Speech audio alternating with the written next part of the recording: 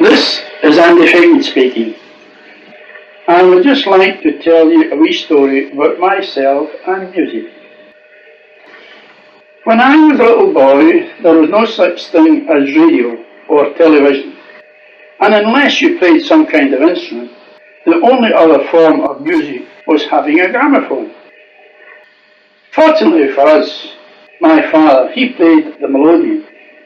He also played the concertina, the piccolo and the flute. The one instrument that I was interested in was the melodeon. And every time my father took out his melodeon to play, I would be sitting right opposite him, listening and watching his fingers. Sometimes he stopped to light his pipe. I would ask him to play certain tunes. He always seems very pleased when I asked him to play these tunes, and I kept thinking that some of these days I might realise how interested I am in the melodeon. One day he was playing, and when he stopped to light his pipe, I was about 6 years old at the time, and I said, "Daddy, how is it that you get different notes by pressing the same button?" It was then he explained to me. He says, "You know what a mouth organ is like. When you blow into it and then you withdraw your breath, you get two different notes. Well, it's just the same with the melodeon." Just at that, my mother called me to do my usual job, which was to lay the table for the dinner. I went into the scullery to get the plates. Oh, by the way, the scullery is now called the kitchen, but it was called the scullery in those days, and that's where you done your cooking and your washing up, etc. Well, I was wiping the plate with a tea towel, and I said to my mother, "Oh, Mo, I wish my daddy would teach me to play." And she said to me, "Well, why don't you ask your daddy?" I said, "Oh, Mo, he might shout at me. Would you not ask him for me?" "Not at all," she says. "What are you frightened of your daddy for? You just ask your daddy as soon as you've had your dinner, and he'll be only too pleased to help you. So, when you finish your dinner, just ask him." Well, we started our dinner, and believe it or not, I think I was finished before some of the others had really got started. And I said over the table, I says, "Mo, can I ask my daddy now?" Well, you should have seen the expression on all their faces, as we were not allowed to speak at the table. My father and mother spoke, of course, but the children were not allowed at any time to speak while at the table. So my daddy said over to my mother, "What does he want, Jeannie?" And my mother said to him, "Oh, he wants you to help him to play the melodeon, Jane." So, after we had our dinner, my father took me aside and he said to me, he says, "Look, son, you know," he says, "I can't read music, and I would find it difficult to try to teach you. I could tell you what buttons to press, and when to pull in, out or push in the bellows, but that's about all. The first thing, of course, you need is a 10-key melodeon, as this 21 key is too big for you." So I thought, now I am going to save up for a 10-key. Well, after about 3 or 4 months, I had only saved up 1 shilling. So it was going to take a very, very long time, as the price of a 10-key melodeon at that time was around 35 shillings. It was coming near Christmas, and believing in Santa as I did at that time, I thought, I'll ask Santa for one. That was all right until I was writing a letter to Santa, and I said to my mother what I was doing. "Oh," she says, "don't be too greedy, you know. Santa has an awful lot of other children to go round." So she says, "Just don't be too greedy, son." Well, then I remember my father saying that a mouth organ was similar, and I says to my mother, "Well, we'll just ask Santa for a mouth organ, Mother." "Aye," she said, "that'll be all right."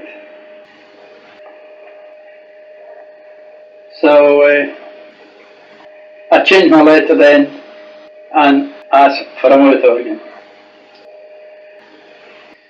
Well, I got to my stocking on Christmas morning, and what did I find? A mouth organ. Well, I was quite happy, and every chance I got, I went into the room to try and learn to play some tunes. It was during the 1418 war, and the tunes then, at that time, that were popular were Pack Up Your Troubles and Keep the Home Fires Burning. So these were the first couple of tunes I learned. So now I'm going to try and play these tunes after all these years.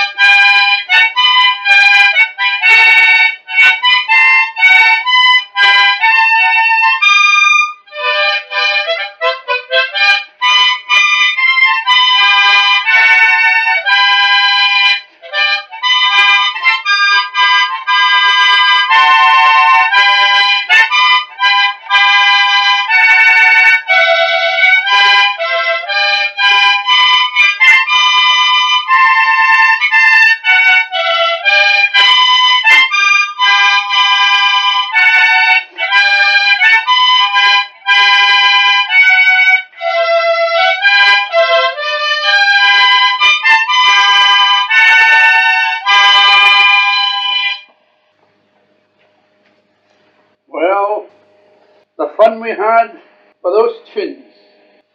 When I come out playing, all my wee pals from the building that we lived in, they would all come marching behind me in single file, and we'd march up and round the block, out the front and back again.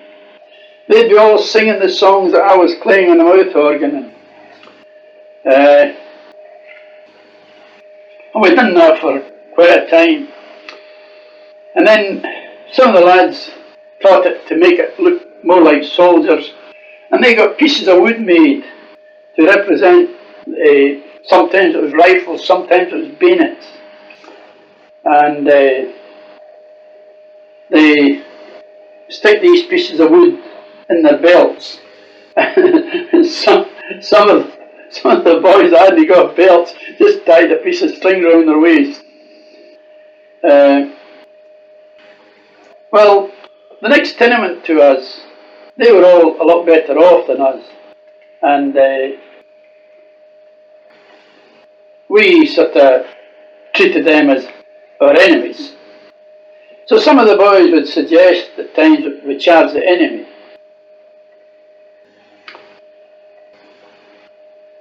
They would all line up, and I would play them all round the block, and right up to this big dividing wall between the two tenements, about 7 feet high or so, 6 or 7 feet high. And as soon as I stopped playing the mouth organ, every boy leaped over that wall. They would just withdraw these pieces of wood and make a charge down through the back court. And they're shouting for all the world, "Charge, charge, charge!" And not a soul in sight. Then they come out through the close and line up at the front on the pavement, waiting for me to come round. I would walk back round the roadway, you see, and meet them. And then I would play them back to our own tenement.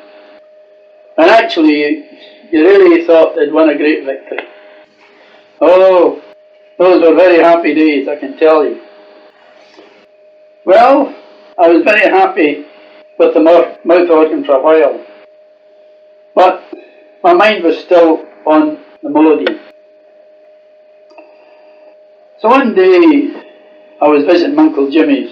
That was my mother's oldest brother. And when I went in, he was playing his melodeon. You see, he had a 21 key also. And I told him what I was doing. I says, I'm going to learn to play the melodeon, Uncle Jimmy. And I started saving up. My daddy says I need a 10 key. Oh, he says, you're saving up, are you? Well, you take this 5 shillings. He says, and that'll help you. And don't forget now to let me know how you're getting on. Uncle Jimmy, of course, was a great one for doing fretwork. And he gave me a couple of bits to sandpaper. That was supposed to be my way of earning the 5 shillings. We had our tea, and afterwards he said to me, are you going up home now, Andy? And I said, oh no, Uncle Jimmy, I will have to go and see my granny. Oh, well, he says, I'm just going over there myself. So he come with me. Well, when we went in, I said to Uncle Pat, that was his brother, he says, what are you doing with your melodeon these days, Pat? And Pat says, I don't bother much about the melodeon. You see, Uncle Pat had a 10 key.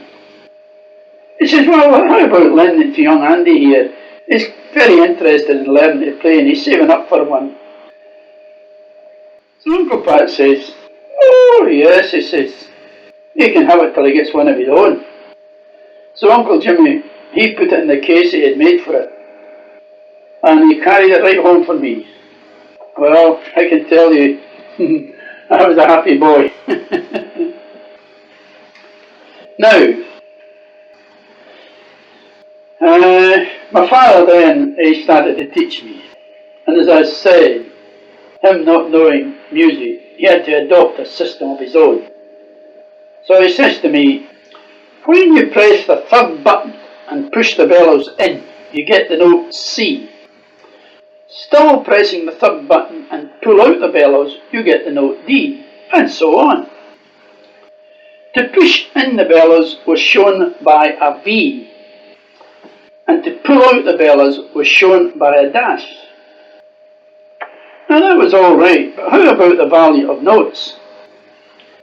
That was shown by the size of the number. For instance, if it was a semibreve in C, it was shown by a large 3V.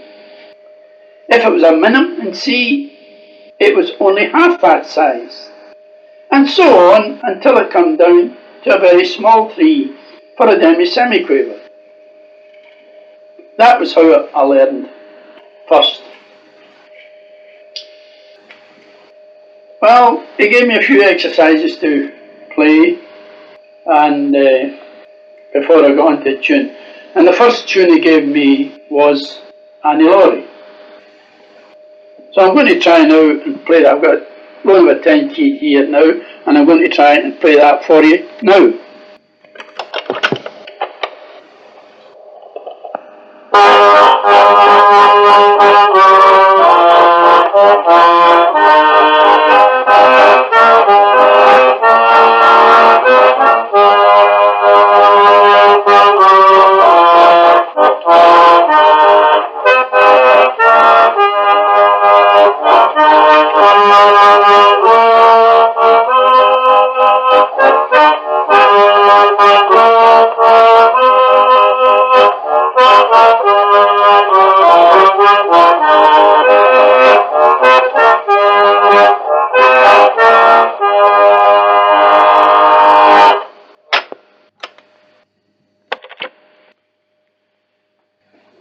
So then I learned a few more tunes, and the next tune I'm going to try and play for you is a quick one, a jig.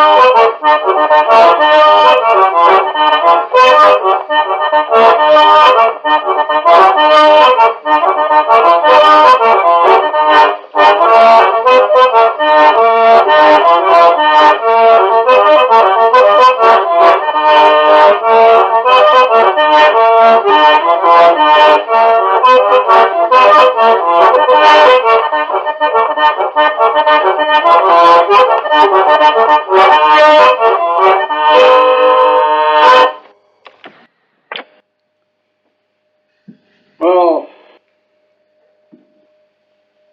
I'm a bit rusty at that, but after all, it was 1928 when I last played the melodeon, and this is 1982. So you can allow for that. Well then, I played for quite a wee while, and then the 10 key got too small for me. Meant me then to get a bigger one, a 21 key.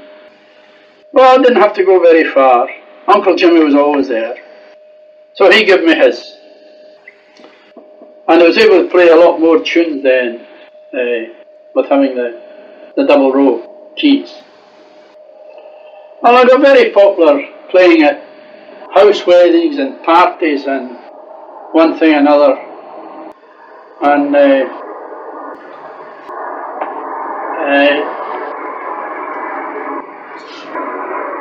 people that used to come to book a melodeon player for a wedding or a party of that, instead of asking for my daddy as they usually did, they say, the young fellow will do alright, you know, if it's alright. Well, of course, I had to ask my daddy if I could go. And he never ever stopped me. As a matter of fact, he very often come with me, and he would guide me in telling me what tunes to play for certain dances.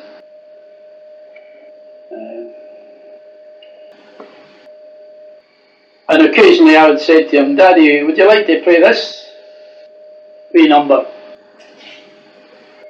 And he would take it and play, but you see, he didn't like to show off or take me down in any way. He was happy just to sit there and listen to me play. But with him being so good himself playing, he didn't like too often to play in front of me a dance or that.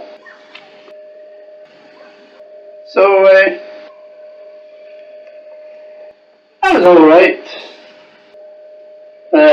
Got very popular then, going out, and as I say, my daddy coming with me quite often. And of course other Johnny, my older brother, he got a wee bit restless about this, you see, and he thought to himself, oh, I'll have to do something. So he started then taking an interest in the melodeon, and every time I went in to play, I went into the room to play, Johnny would come in and he'd say, come on Andy, how about teaching me to play? Well, I started to teach him just the same way as my daddy taught me, and all I can say is I had a bit of a task trying to teach Johnny. Johnny had no patience at that time, and he just wanted to lift the melodeon and play right away. Of course, I persevered with him and helped him as well as I could. And after he got on a wee bit, then he thought to himself, oh, I'm going to stick at this, try and play better than Andy. Well, he certainly did. Johnny turned out, after a wee while, Johnny turned out a far superior player to me. Oh yes. Oh, Johnny's a good button box player, no doubt about that. That was one thing he beat me in. Well, Johnny got very confident in playing, and when he got that length, I would let him play melody and I would join in playing harmony with my daddy's box. And when my daddy heard us, then he came in, joined with his flute or his piccolo. And I more or less formed a wee band then. And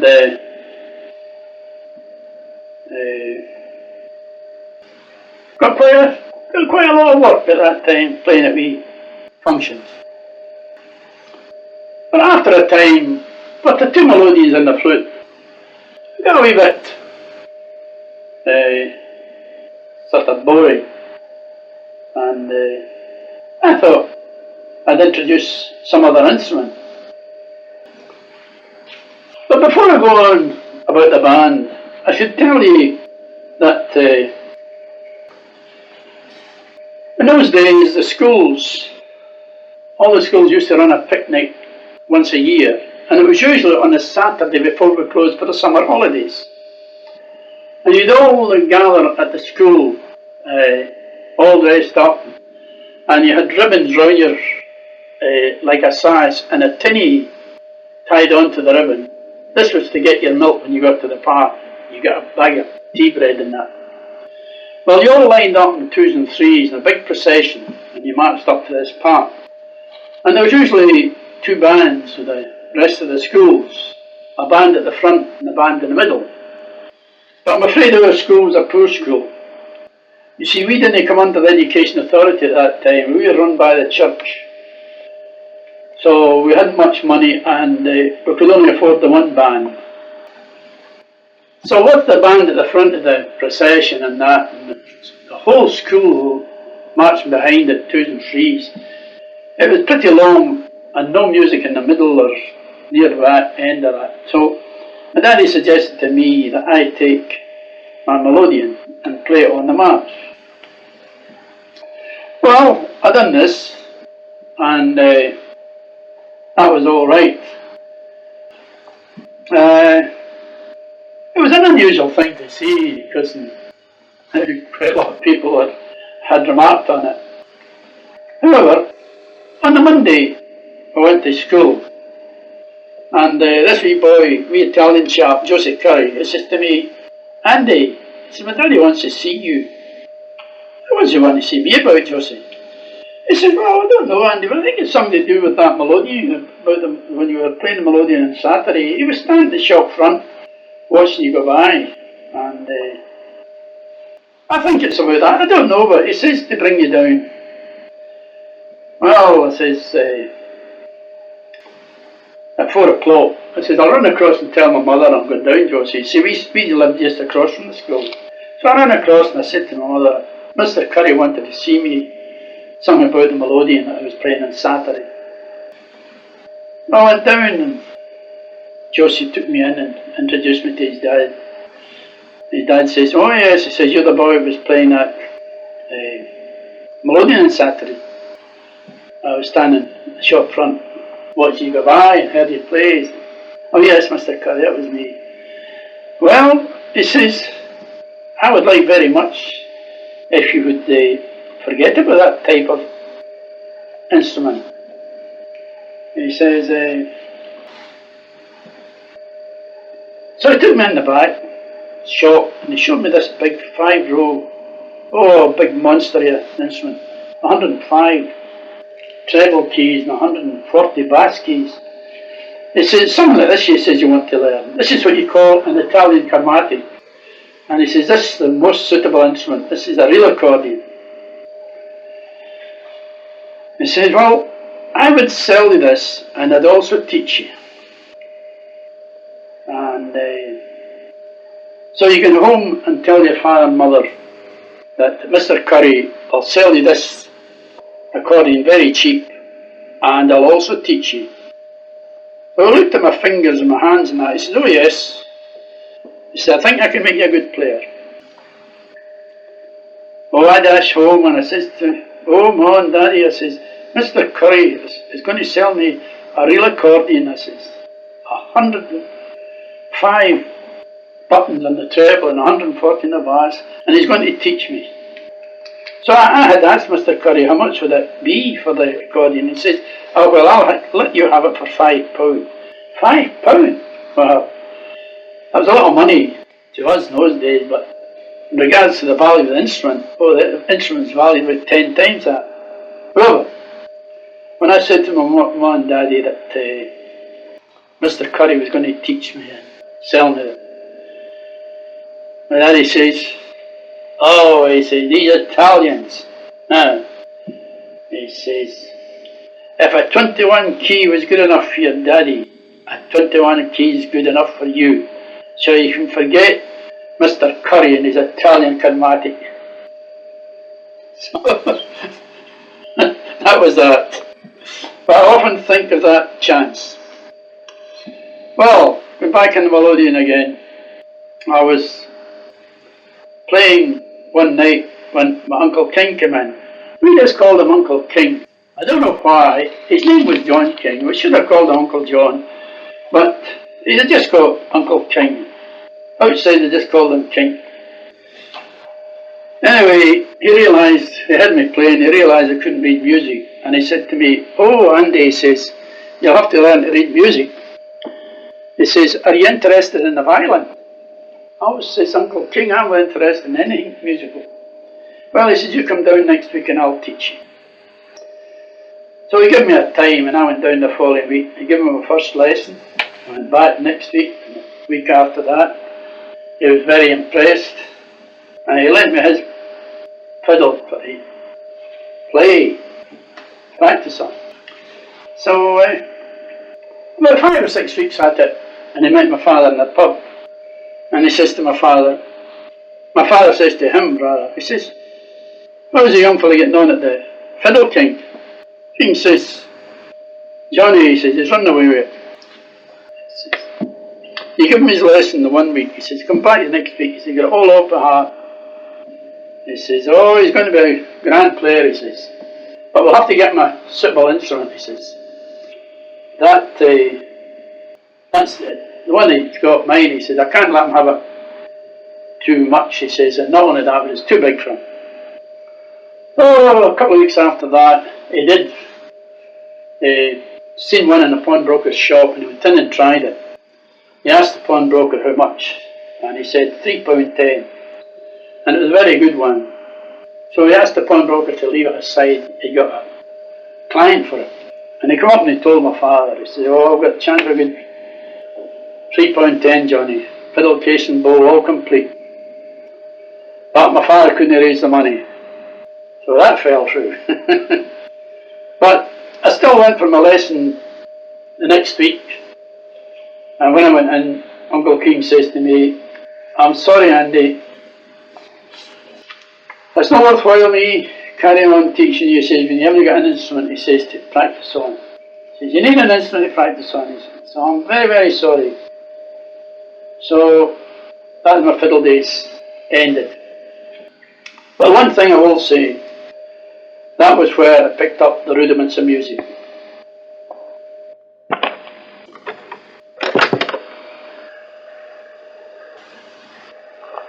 We're back now in the band. Johnny been able to play now, and my father, myself. That was the wee band for the time being. And we played at quite a few wee functions, wee social, wee weddings, and all the rest of it. And after a time, I got a bit boring with the two melodeons. And I thought of introducing another instrument.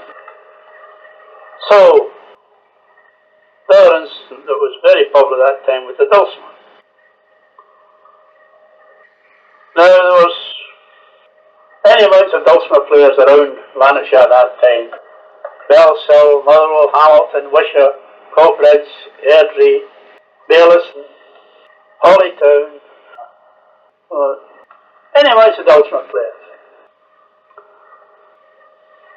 So I got a hold of a dulcimer, and even with all those dulcimer players, I couldn't get no one to teach me. So I did get a hold of hunchback chap, Peter Stewart, who was an excellent dulcimer player, lovely player. So I get him up to the house to show me, if it enlighten me in any way. So he said to me, well, Andy, he says, all I can do is show you the position of the scales,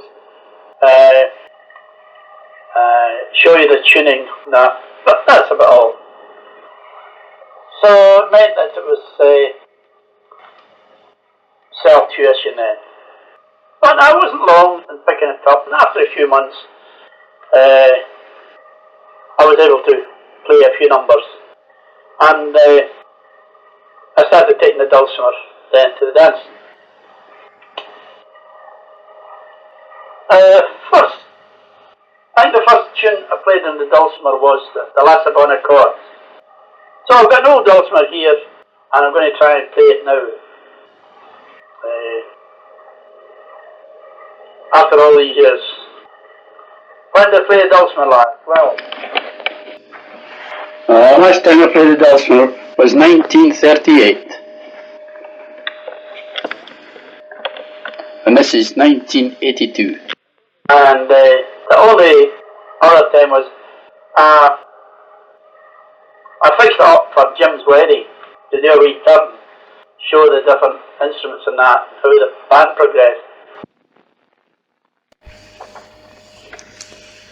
Well, here is the first tune I learned, La Sabana chord.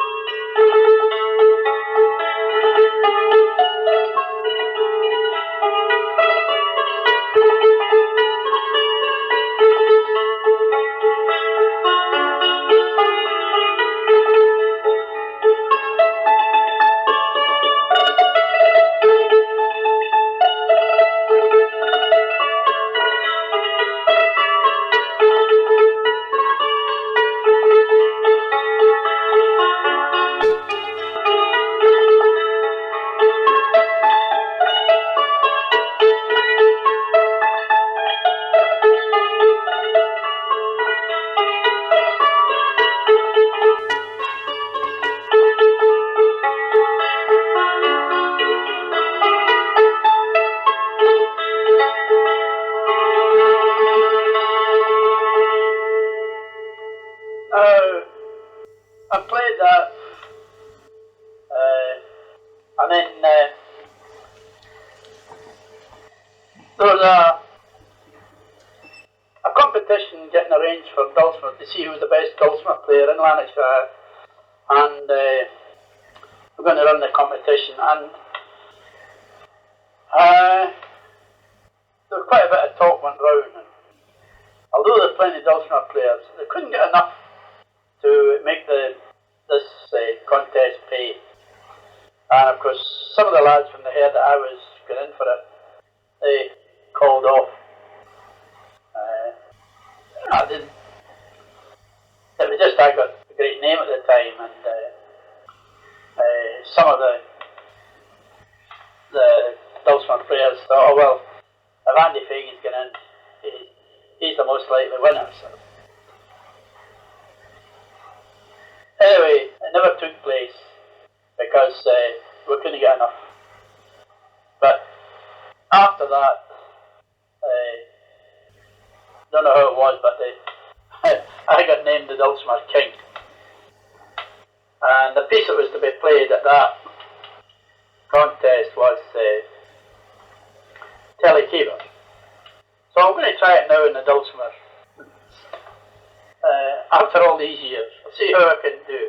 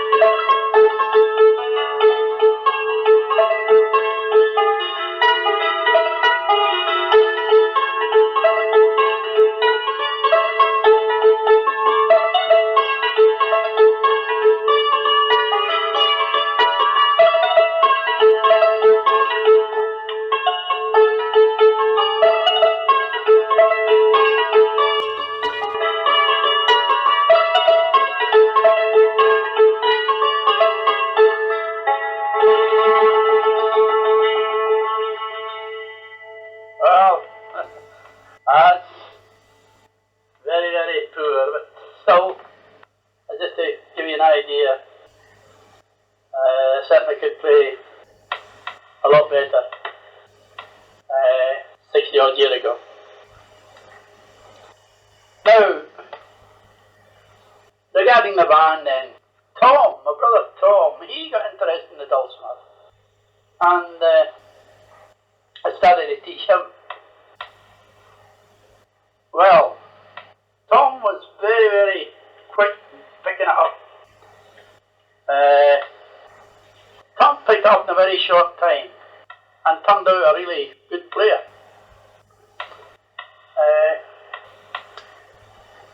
We used to play a duet together, Tom and I, on the same dulcimer.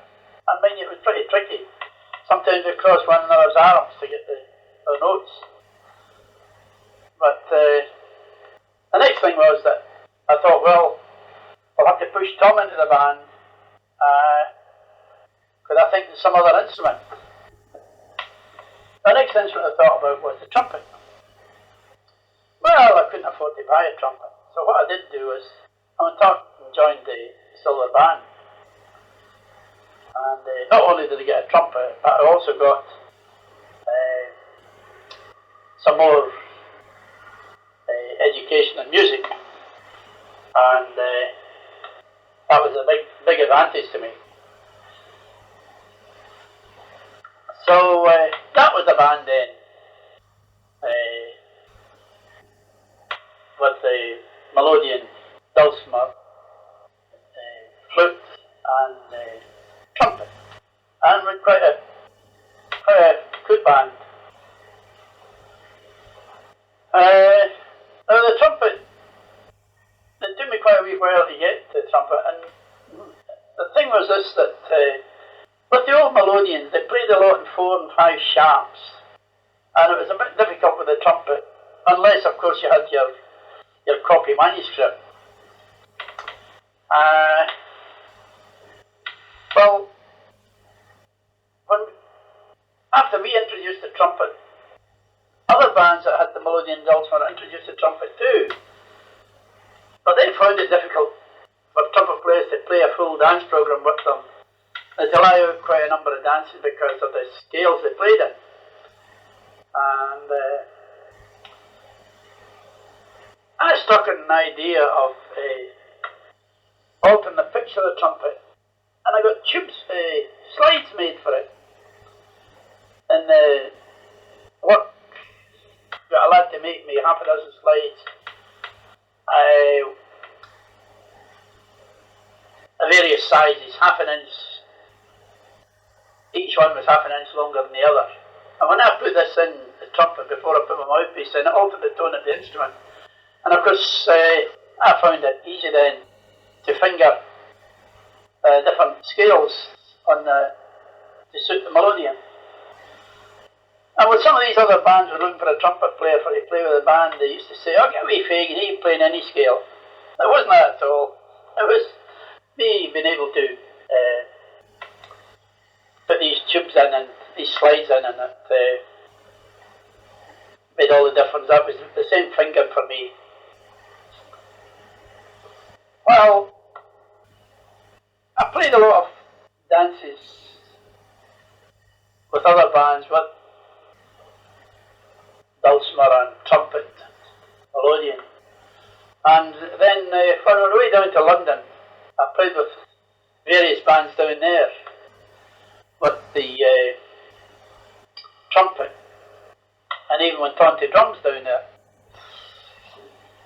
Oh, then we come back, and of course war broke out, and when I come back to the war, the next thing was I started my own band. And my own family band.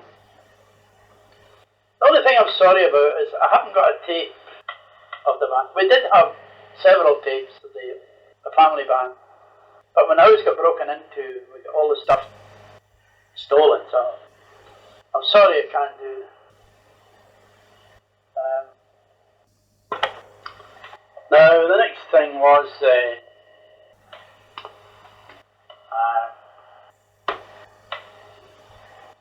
when Pat's girl, Patricia, was getting married over in Canada, I thought I'd like to spring a surprise on him. And I went along the College of Piping and I asked what was the chance of me being able to play a couple of tunes on the pipes for this wedding. The wedding was in June, and it was the previous December I went to see about if I could learn a couple of tunes. And I was retiring for the following month, January. So when I was down to see the pipe major at the college, I said, what's the chance of me being able to play 2 tunes on the pipes for June? Well, he says, you have an awful nerve, he says, to think about that. He says, at your age, he says, we all pack up at 65. He says,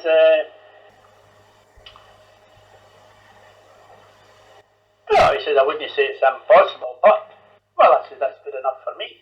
So I got a chanter, went for my first lesson, went back for the next one, and then went back again for the third lesson. And when I went back for my third lesson, he says to me, he says, you've been practicing a lot, lad. Oh, yes, I says,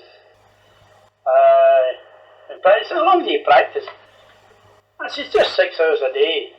6 hours a day? My goodness. Oh, he says, you're getting on great, he says.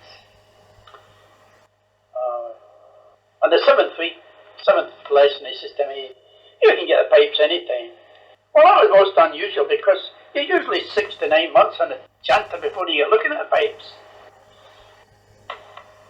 So anyway, Amazing Grace was very popular at that time, and I thought, in my own time, I practiced up Amazing Grace, and I thought I might be getting asked for it. So I went over anyway to play at the wedding. I played Patricia in and out the church, and when we went to the reception, just as what I thought, a couple of the guests suggested that the pipe would play Amazing Grace. Well, I felt really very timid about it, but I must say that with the help of John and the band, they made me feel great, and I played it. Well, I was quite happy then that I'd achieved what I set out to do, and come back home again, and I wasn't going to bother anymore about the pipes until I met Pipe Major McClellan. That's the police, and he said, how are you getting on with the pipes? And he says, I've done what I wanted to do.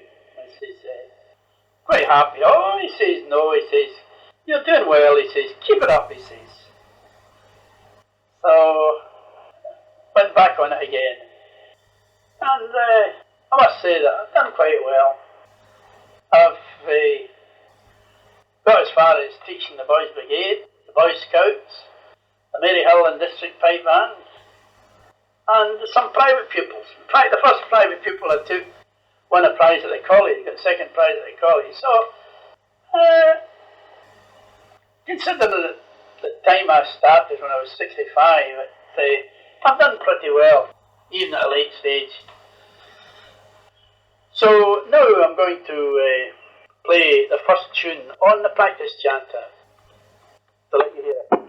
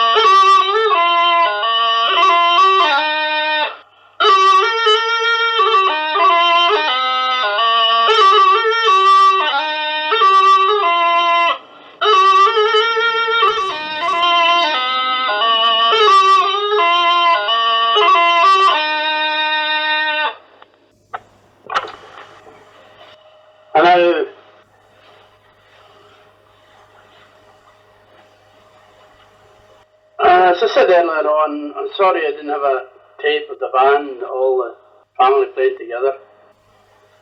But recently I was over in Vancouver and I made a tape with Frankie.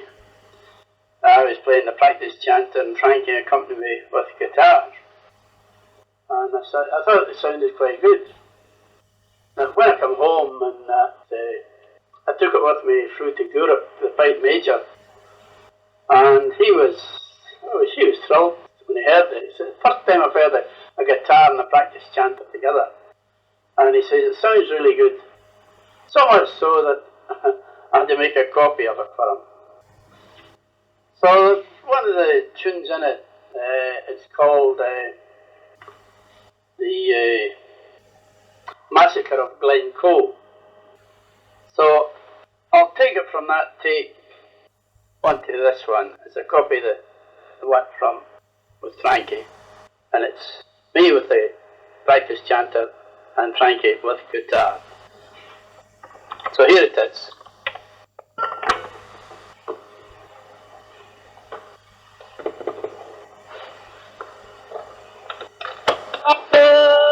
Will you just try it right away now? Yep. 3, 4.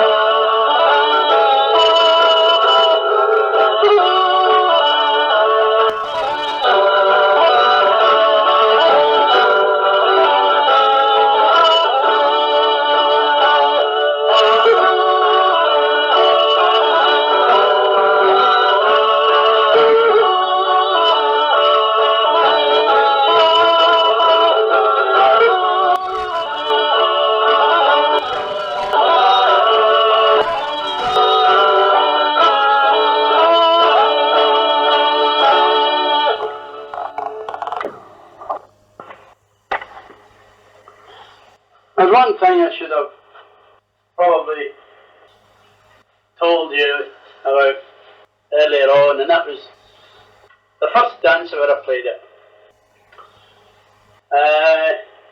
It was a New Year's night, and the 1st of January, and I wasn't 9 till the 23rd. So happened that the melodeon player that was to play with my father that night took ill, and he called on me to till they got. And the dance was at 8 o'clock at night to 6 in the morning. So, at that time of year, of course, my father had been celebrating on all New Year's Eve. He hadn't been in bed during the night, he was celebrating a good part of the night. And also New Year's Day. We went into the dance at night. And although, mind you, it was well oiled, it was playing good. He always could play well, even with a few drinks. But some of the committee thought he was getting too much to drink. So the dance went on from 8 o'clock, and about 1 o'clock in the morning, when the MC shouted out, "Take your partners for quadrilles," we played 16 bars, and to get them up on the floor. And as we finished the 16 bar music, the MC went about getting the sets on the floor, and my father slipped over to the bar and he asked the barman to fill them up. The barman says, "Sorry, Johnny," he says, "the committee decided that there's no more drink for you until the dance is finished, and then you can have as much as you want, you can have your belly full. They think you're getting too much to drink." "Oh, that's it. Oh,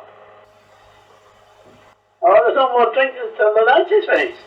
"Well, I'll not use the expression he used." He says, "The dance won't be long till it's finished." So he come over here and he says to Dulcimer Player and myself, he says, "Come on boys, back up." Well, I turns round, I looks up at him and I says, "Daddy, oh, you can't do that, Daddy, in the middle of a dance. The dance has got to go on to 6 o'clock yet." Well, the next thing I knew was a big cuff in the lug. So, during my years of playing at dances and that, some of the bandsmen be talking about the various dances they played and what happened and all the things. And sometimes they say, "Do you ever remember the first dance you played at?" Whenever they ask me that, I says, I will remember the first dance I played at. I think my ear's still stinging. So, I thought it was another wee bit just to put in the tape. So now, there's not much tape left. I think I'll finish it right down now, playing the accordion myself. Before doing that though, I'd just like to say how I have enjoyed making these tapes, and I want every member of the family to get one, and they'll have them for future days if they want to, if they think it worthwhile in playing them. I know some of the family will be delighted to play them occasionally, especially maybe around the New Year time or Christmas time. So, there's not a great lot of the tape left. I'll just get the accordion now and go ahead, play some tunes on the accordion for you.